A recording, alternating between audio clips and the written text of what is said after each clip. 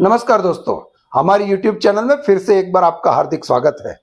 दोस्तों, कई बार लोग ये मुझे पूछते हैं कि मुझे अपना रेगुलर इनकम बनाना है, तो फिर क्या करना चाहिए, कहां पर निवेश करना चाहिए। दोस्तों, इसी विषय के ऊपर आज हम चर्चा करेंगे। मैं आपको 5 ऑप्शन बताऊंगा जहां पर आप इन्वेस्ट करके रेगुलर इनकम बना सकते हैं। दोस्तों, जैसे ही इन्वेस्टमेंट की बात आती है, लोगों के दिमाग में पहले ही आता है शेयर बाजार। दोस्तों, शेयर बाजार से इनकम तो होता है, लॉन्ग टर्म होता है, शॉर्ट टर्म इन्वेस्टमेंट होता है, लेकिन कभी रेगुलर इनकम नहीं होता है। आपने पिछले महीने सुना होगा कि एफ&ओ में जो रेगुलर इनकम करने जाते हैं यंग लोग, वो हमेशा लॉस ही करते हैं। आप इन्वेस्टमेंट करना चाहते हैं, प्योर इन्वेस्टमेंट करना चाहते हैं, शॉर्ट टर्म इन्वेस्टमेंट करिए, लॉन्ग टर्म इन्वेस्टमेंट करिए, लेकिन शेयर बाजार में रेगुलर इनकम करने के लिए सोचना भी नहीं, क्योंकि हम इन्वेस्टर है। दोस्तों, दूसरा ऑप्शन आता है एफडी, फिक्स डिपॉजिट। लोग बैंक में जाके एफडी करते हैं कि अगर समझो 5% के अंदर मैंने एफडी करवाई तो हर साल मेरे खाते में 5,000 रुपया ब्याज का आ जाएगा और मेरी वो रेगुलर इनकम हो गई। लेकिन दोस्तों, आपको ऐसी जगह पर इन्वेस्टमेंट करना चाहिए जो इन्फ्लेशन रेट को बीट करे। आप पिछले 3 साल का महंगाई दर चेक कर ले तो 6% या 6% से ज्यादा ही रहेगा। आपने 5% में एफडी किया, समझो कि आपने 100 रुपया इन्वेस्ट किया, 1 साल बाद आपका 5 रुपया हो गया, लेकिन महंगाई के हिसाब से उसकी वैल्यू 106 होनी चाहिए थी, मतलब आपको 1 रुपये का घाटा हो गया। और इसमें से मैंने आपको जो इनकम टैक्स भरना है वो तो कैलकुलेट करवाया ही नहीं है। दोस्तों, इसीलिए मैं तो हमेशा मना करता हूं कि रेगुलर इनकम के लिए फिक्स डिपॉजिट नहीं करनी चाहिए। हां, अगर आप इमरजेंसी फंड के लिए एफडी करते हैं तो ठीक है, क्योंकि वो इमरजेंसी फंड है, सेविंग बैंक से तो ज्यादा ब्याज मिलेगा आपको, लेकिन एफडी में निवेश करना समझदारी की बात नहीं होती है। दूसरा option mutual fund. Mutual fund में आपने एसआईपी सुना होगा, सिस्टेमेटिक इन्वेस्टमेंट प्लान। वैसे ही म्यूचुअल फंड में एसडब्ल्यूपी होता है, सिस्टेमेटिक विड्रॉल प्लान।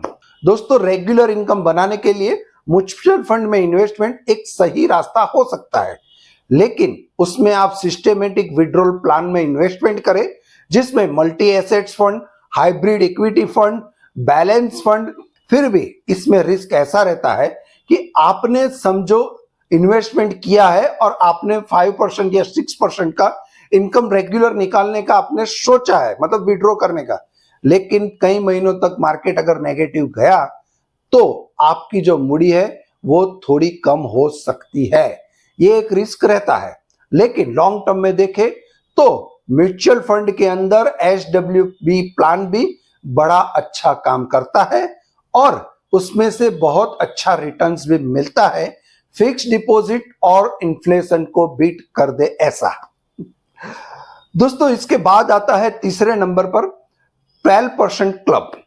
दोस्तों, ये 12% क्लब मैंने सिर्फ सुना है और लोग इन्वेस्टमेंट करते हैं, मुझे पता नहीं ये कितना रिस्की है, क्या है ये। इसके अंदर स्कीम इन लोगों का ऐसा रहता है कि एक एप्लीकेशन होता है जिससे आप निवेश कर सकते हो, वहां पर आपको 12% का रेगुलर रिटर्न मिलेगा और वो भी डेली बेस पर। हर रोज आपकी बैलेंस जो भी है उसके अंदर 12% ऐड हो जाएगा।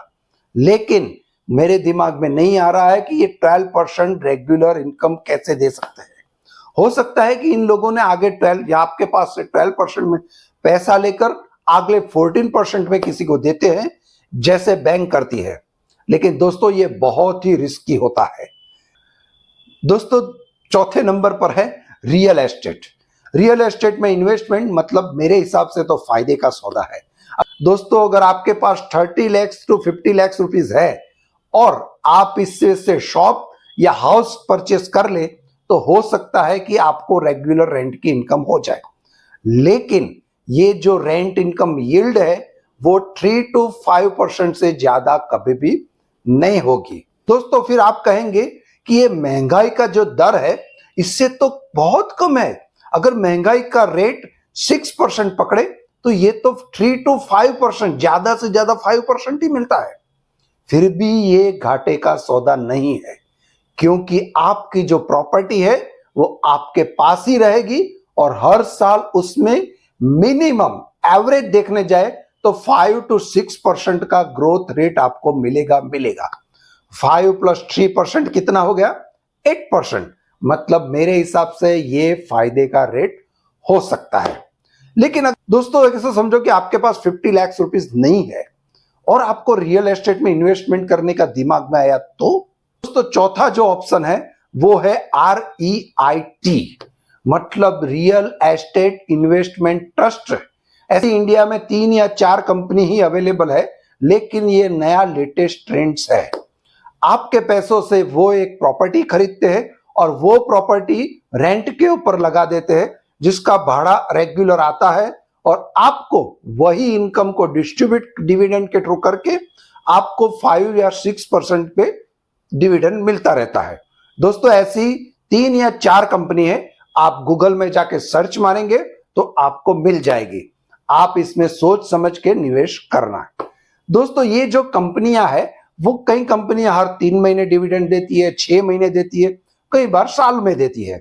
लेकिन उसके बाद में जो कंपनी की वैल्यू बढ़ती है, जिसका भी फायदा आपको मिल सकता है और आपको 8% तक का मुनाफा मिल सकता है। दोस्तों पांचवा और आखिरी ऑप्शन वो है बॉन्ड्स, एफडी, कॉर्पोरेट एफडी। समझो कि कोई एक कंपनी बड़ा प्रोजेक्ट लेके बैठी है जिसके लिए उसको शॉर्ट टर्म के लिए पैसा चाहिए। वो एफडी का इश्यू लाएगी और आपके पास से एफडी थ्रू पैसा लेगी, जिसको बॉन्ड्स या कॉर्पोरेट एफडी बोल सकते हैं, जिसका रेट ऑफ इंटरेस्ट 7 to 8% होता है, जो इन्फ्लेशन रेट से बहुत ही ज्यादा है। ये समझो आपने मंथली ऑप्शन चूज किया या फिर क्वार्टरली, हाफ ईयरली या ईयरली, जैसे आप स्कीम पसंद करोगे वैसे आपके खाते के अंदर पैसा रेगुलरली आपके बैंक अकाउंट में आ जाएगा। लेकिन कॉर्पोरेट एफडी या बॉन्ड लेने से पहले उसका रेटिंग हमेशा चेक करें। अगर उसका रेट AAA है या फिर AA है या फिर A, यहां तक ठीक है। इसके कम रेटिंग वाले कंपनियों में मैं सजेशन नहीं देता इन्वेस्टमेंट की, क्योंकि एक बार आपने पैसा तो दे दिया लेकिन कल को कंपनी को कुछ हो गया तो पैसा आने के चांसेस बहुत कम होते हैं। ऐसे रेटिंग घटती जाती है, मतलब ज्यादा चांसेस, मतलब AAA, उसके बाद में AA, बाद में A, बाद में BBB, BB, ऐसे रेटिंग देते हैं एजेंसीज। आपको इसमें रिसर्च करके ही पैसा लगाना है। दोस्तों फिर से एक बार मैं आपको कह देता हूं कि इसमें मैंने जो भी कंपनियों के नाम लिए हैं उसमें से किसी ने मुझे एडवर्टाइजमेंट के लिए पैसा नहीं दिया है, और जहां पर भी आप निवेश करें सोच समझ के और रिसर्च करके करें। Thank you. लगा है तो हमारी टीम वर्क के लिए लाइक कर देना, शेयर कर देना और सब्सक्राइब करना भूलना नहीं। और दोस्तों आपको हमारा वीडियो कैसा लगा उसका कमेंट बॉक्स में जरूर जवाब दें। Thank you.